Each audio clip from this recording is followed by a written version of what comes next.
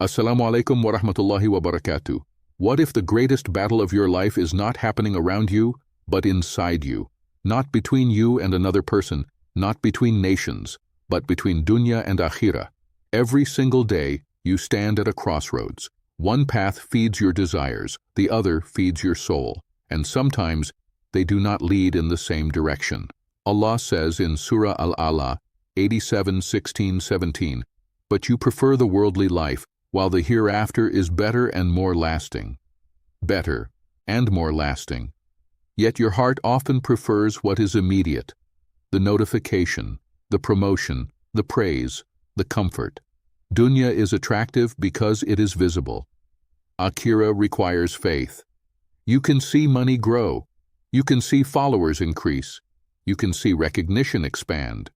But you cannot see your scale of deeds. So your nafs whispers, focus here, build here, win here. And slowly, the battle begins. You delay salah for meetings. You justify small sins because everyone does it.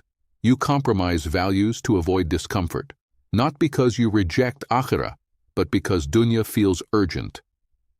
Allah warns in Surah Al-Hadid 57:20, "Know that the life of this world is but amusement and diversion and adornment and boasting among you." Temporary decoration. Imagine fighting over decorations in a house you are about to leave forever. That is dunya. The Prophet said, "The world is a prison for the believer and a paradise for the disbeliever." Muslim. For the believer, dunya has limits, boundaries, discipline, because your heart is attached to something higher. But here is the truth. Islam does not tell you to abandon dunya. It teaches you to control it. Dunya in your hand is fine. Dunya in your heart is dangerous. The real battle is not having wealth, it is worshipping it, not enjoying comfort, but being enslaved to it. Allah says in Surah Al-Qasas 28:77, "But seek through what Allah has given you, the home of the hereafter, and do not forget your share of the world." Balance. You work, you build, you strive, but your intention is Akhirah. This transforms everything. Your career becomes a means of halal provision. Your family becomes a trust from Allah. Your success becomes gratitude, not arrogance.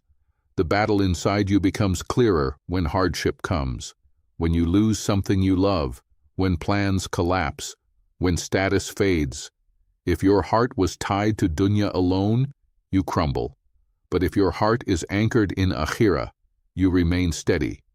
Allah says in Surah Al-Baqarah 21:156, "And we will surely test you.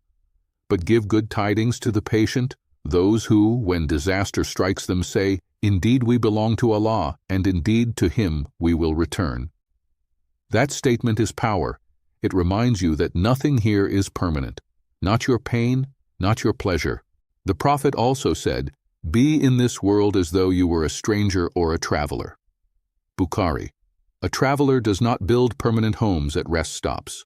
A traveler packs light. So ask yourself, are you building your forever home or decorating your temporary stop? Every scroll is a choice.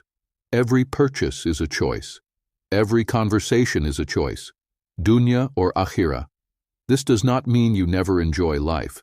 It means you do not let enjoyment distract you from purpose. Pray on time even when busy. Give charity even when saving. Lower your gaze even when tempted. Small victories in this inner battle strengthen your soul, and slowly your priorities shift. You begin to think long-term.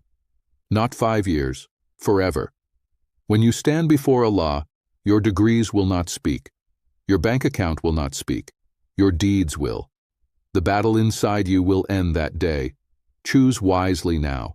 Feed your soul more than your ego. Invest in what lasts. The dunya shines brightly, but it fades quickly. The Akhirah is unseen, but it is eternal. Start today, even one small step. Reclaim your next decision for Allah. The dunya is temporary. Jannah is forever. If this reminded you of Allah, share it.